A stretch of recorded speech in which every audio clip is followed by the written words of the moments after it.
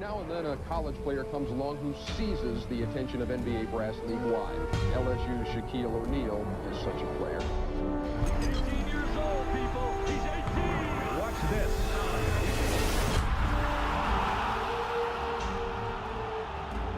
The Big Aristotle, Diesel, Superman. Regardless of what you call him, you can't deny that after a truly special career, Shaquille O'Neal earned his place among the greats. Where does he fit on your all-time list? Despite having a ton of competition at the 5, Shaq made a name for himself long before he was an NBA champion. There's a lot of highlights and classic moments to go with the famous personality, but it takes more than that to be regarded as the most dominant force since Wilt Chamberlain. When I hear the name Shaq, I think of the unstoppable offensive force that helped secure 3 straight championships for the Los Angeles Lakers. If you didn't get a chance to watch him at that time in the early 2000s, you might only remember seeing him play limited minutes and look, to put it mildly, a bit out of shape. This was in his final years before his career was ended at age 39 by Achilles rupture. After his retirement, Shaq became more known as a TNT personality and the creator of his hilarious Shaq and Fool segments, but on the court he wasn't really cracking jokes with the players on the opposite team. I'm gonna do my best to help you see the Shaquille O'Neal that I remember, the one who donned the purple and gold and dominated the NBA for several years alongside another all-time great, Kobe Bryant. I'm gonna put aside the stats and accomplishments for a bit. Who was Shaq and what made him so special? Number 1. Shaq was a genetic freak of nature. There's only been a handful of players in the league who qualify as athletic freaks, and Shaq was one of them. He set a record by displaying the highest maximum vertical reach ever measured in pre-draft workouts, extending 12 feet 5 inches from a standing position. That's 2.5 feet above the rim without a running start. His unique combination of size and strength made waves as soon as he entered the league.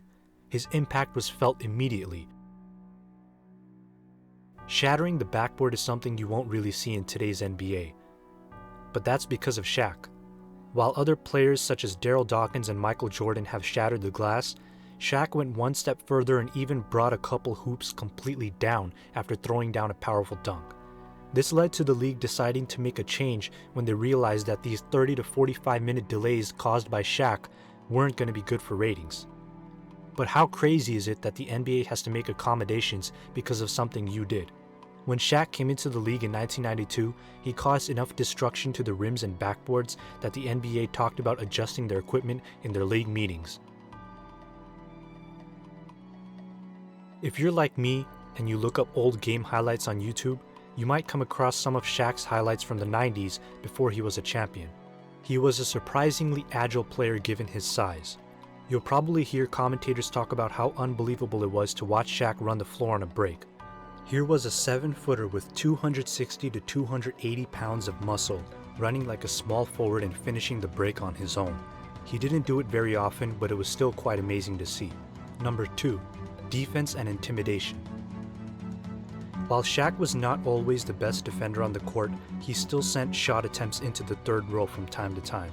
He entered the NBA averaging 3.5 blocks per game, and over the course of his prime he regularly had 2 or 3.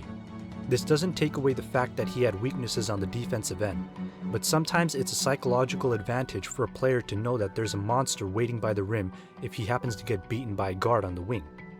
When Shaq didn't knock half the air out of the ball, he was altering the shot with his presence and intimidation factor. This impact is something that will never show up in the box score, but it definitely affects the confidence of the opposing players, and that will affect the game in different ways. On this play, Shaq swatted the ball so hard against the backboard, it took a couple cameras out. That should be a good indication of the force he was playing with on both ends. Our TV truck, they're telling us they lost some power. Go to the right arm of Shaq if you want some more power. Number 3. The way he was refereed. One of the things that Shaq had to deal with is the brutal punishment he had to accept on the low block. Because Shaq was easily the biggest and most dominating force in the NBA at the time, it took a lot of effort to slow him down physically. However, it just wasn't fair to ask defenders to move aside and let him dunk all the time. Short of jumping on his back, there wasn't much any of the smaller players could do to disrupt his shot attempts right at the rim, especially once he had established good position. This meant that referees had to allow other players, specifically the big men, to be extra physical with Shaq, and sometimes not even call a foul, when the same contact might be considered a flagrant foul in today's NBA. As far as I know, Shaq did not complain about it too much, and it was just something he accepted about playing in the NBA with the physical advantages that he had.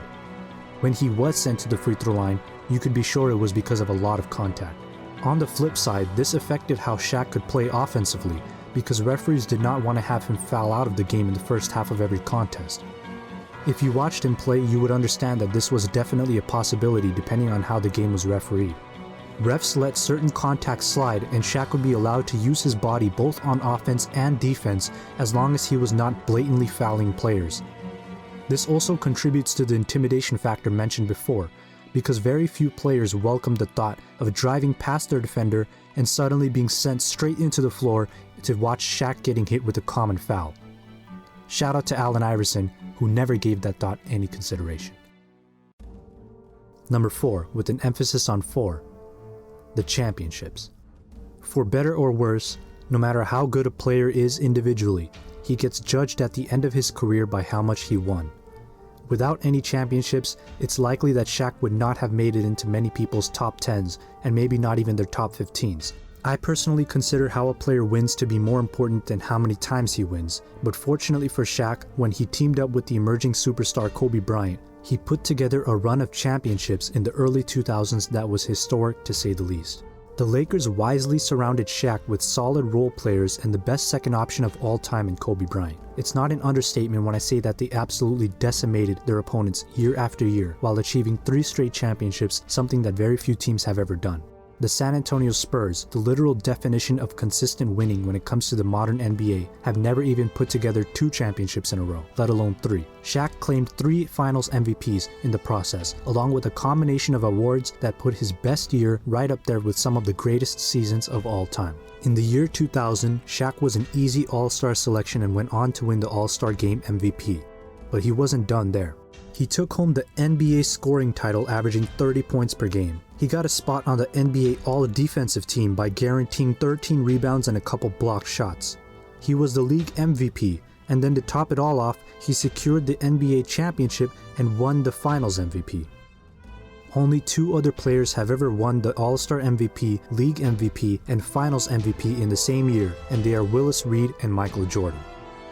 The year 2000 was Shaq's absolute peak because it was his highest scoring, second highest rebounding, highest assist, and second highest block averages, along with the hardware mentioned earlier. There's no debate that this year was simply unreal for Shaq, and the fact that he and Kobe continued to win 2 more championships after this year is just a testament to how dominant and consistent the duo was. In the following year, Shaq and Kobe put together the greatest playoff run of all time, winning 11 games in a row before losing Game 1 in the finals to the 76ers behind a 48-point explosion by Allen Iverson. The Lakers wound up taking the next 4 games, and this 15-1 run has yet to be topped. Judging by the Warriors and the Cavs though, it looks like this might be the year. The Lakers started their 2001-2002 season by winning 17 of their first 18 games. It was a message to the league that 2 rings might not be enough for the 2 superstars in LA. In fact, for each of the last 2 seasons, Shaq had promised the city of LA another ring, and he meant to keep his promise again. The Lakers swept Portland, beat San Antonio in 5, and squeaked by Sacramento in a grueling 7-game series to find themselves in the finals again. Shaq put up 36 points, 12 rebounds, and 3 blocks a game to sweep the New Jersey Nets. They simply didn't have an answer in the paint. The series was mercifully ended in 4 games, capping off 3 straight championships and 3 Finals MVPs for the Diesel. To the surprise of many fans and critics alike, the Lakers were unable to secure the championship in 2004 and lost in 5 games to the Detroit Pistons after a season of bad chemistry, injuries, and more drama between Shaq and Kobe. Shaq was out of Los Angeles before August. Dwayne Wade, another emerging superstar at the time, found a way to work together with Shaq briefly and bring the first championship home to Miami in 2006. However, after reported locker room issues, Shaq's time in Miami was cut short and he found himself in a Phoenix Suns jersey by trade.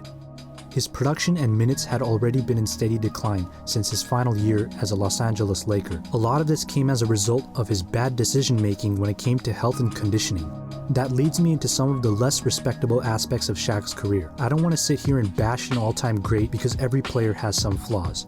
But these flaws are still relevant in determining where Shaq places on the all-time list, and it brings up a lot of questions about what could have been, given Shaq's unbelievable athleticism and agility as a 7-footer. Number 1. Shaq had an incomplete game. As strong and productive as Shaq was in his prime, it can be said that he was not by any measure one of the more skilled players in the league. This was apparent whenever he faced a really versatile big, such as Tim Duncan, or even a clever, smaller defender like Dennis Rodman. By being allowed to bully players down low, a lot of Shaq's effect was from dunking the ball or dropping it in through contact right at the rim.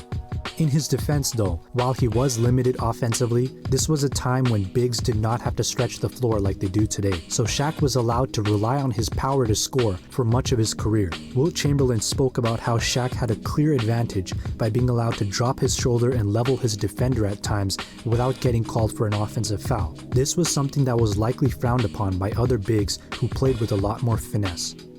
Without a jump shot and relying mostly on his power to get through opponents, other teams were able to minimize Shaq's power by doubling while he was far from the rim or cutting him off before he entered the paint and drawing the charge. Another option was to take fouls and not allow him to dunk the ball. It sounds easier said than done, but Greg Popovich knows better than anyone because his Spurs faced the Lakers and Shaq more than a few times in Shaq's prime. Sending Shaq to the free throw line was a serious tactic against the Lakers, and it made Shaq a huge liability at the end of games, which made it even more important to have a closer like Kobe Bryant or Dwayne Wade with him. Number 2. Not winning in Orlando. Shaq made the finals in Orlando in 1995, but despite having a solid roster, it can be considered a blemish on his overall legacy that he didn't win that year. You can conclude that he needed a Kobe or Wade level player to win because of this. I will concede that this might be speculation and that Shaq didn't perform as well as he would in later years, so give his opposition a lot of credit. Shaq had a good team with Penny Hardaway as his second option, but it wasn't nearly enough to back him up against the most skilled big of all time, Hakeem Olajuwon, who swept the Magic with an arsenal of offensive moves that perhaps only the two most talented guards of all time can match. Number 3. Ring chasing. Shaq was traded to Miami and then to Phoenix, then to Cleveland, and to the dismay of Lakers fans, even the Boston Celtics, where it's well known that he was there just to chase his 5th ring. Fast forward to today, where LeBron James and Kevin Durant are being crucified for leaving their teams. It's obviously a totally different situation with those two players, but it's easy to see why the latter half of Shaq's career was less than satisfactory. Despite his winning one more ring in Miami, he never produced like in LA again, and he ended up being moved around like a role player. There were reported locker room issues, and Shaq even insulted some of his former Miami Heat teammates when he was on the Suns, so bad chemistry might have a lot to do with the reason he was traded so much in his career. Number 4. Lack of work ethic. When Shaq and Kobe began to win in Los Angeles, the two superstars had a lot of drama that became public and was the talk of the NBA for some time. While both sides had legitimate issues and both players have acknowledged that they could have handled things better, Kobe Bryant's major complaint at the time was about Shaq's lack of a strong work ethic and not maxing his potential. Phil Jackson has been quoted saying that the only player he ever coached who was not a worker was probably Shaq.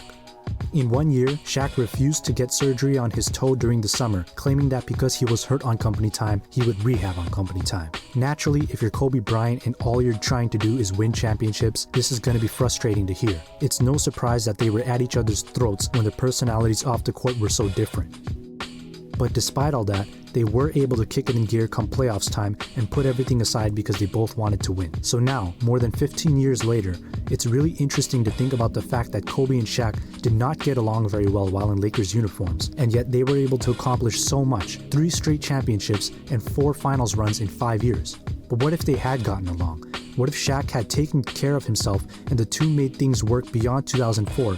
There are many people, including myself, who believe that the Lakers could have won 7 or 8 championships during that time, and Shaq's decline could have been postponed to 2006 or even later, depending on how well he took care of himself. Unfortunately for us Lakers fans, we didn't get to see the maximum potential of the dynamic duo, but we can rest easy knowing that we got to watch the most dominant player since Wilt Chamberlain absolutely destroy the league for that short stretch of time.